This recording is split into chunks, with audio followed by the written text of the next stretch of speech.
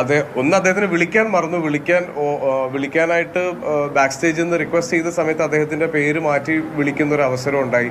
അപ്പോൾ എല്ലാ മനുഷ്യരും ഉണ്ടാവുന്ന ഒരു ചെറിയ ടെൻഷൻ അദ്ദേഹത്തിന് ഫീൽ ചെയ്തിട്ടുണ്ടാവാം. അത് ഇന്നലെ ഉച്ചയ്ക്കാണ്, എനിക്ക് നല്ല പനിയായിരുന്നു മിനിങ്ങാന്ന് മുതൽ. അപ്പോൾ ഇന്നലെ ഉച്ചയ്ക്കാണ് ഞാനിത് ഓൺലൈനിൽ ശ്രദ്ധിച്ചതും വേറൊരു രീതിയിലേക്കോ അല്ലെങ്കിൽ വേറൊരു തലത്തിലേക്കോ ഒന്നും പോകാൻ പാടില്ല. കാര്യം ഇത് റിലീജിയസ് ആയ രീതിയിൽ വരെ ഇത് ഡിസ്കസ് ചെയ്യപ്പെടുന്ന ഒരു അവസ്ഥയിലേക്ക് എനിക്ക് അതിൻ്റെ അകത്ത് 100% ഒരു രീതിയിലുള്ള വിഷമമോ പരിഭവമോ ഉണ്ടായിട്ടില്ല.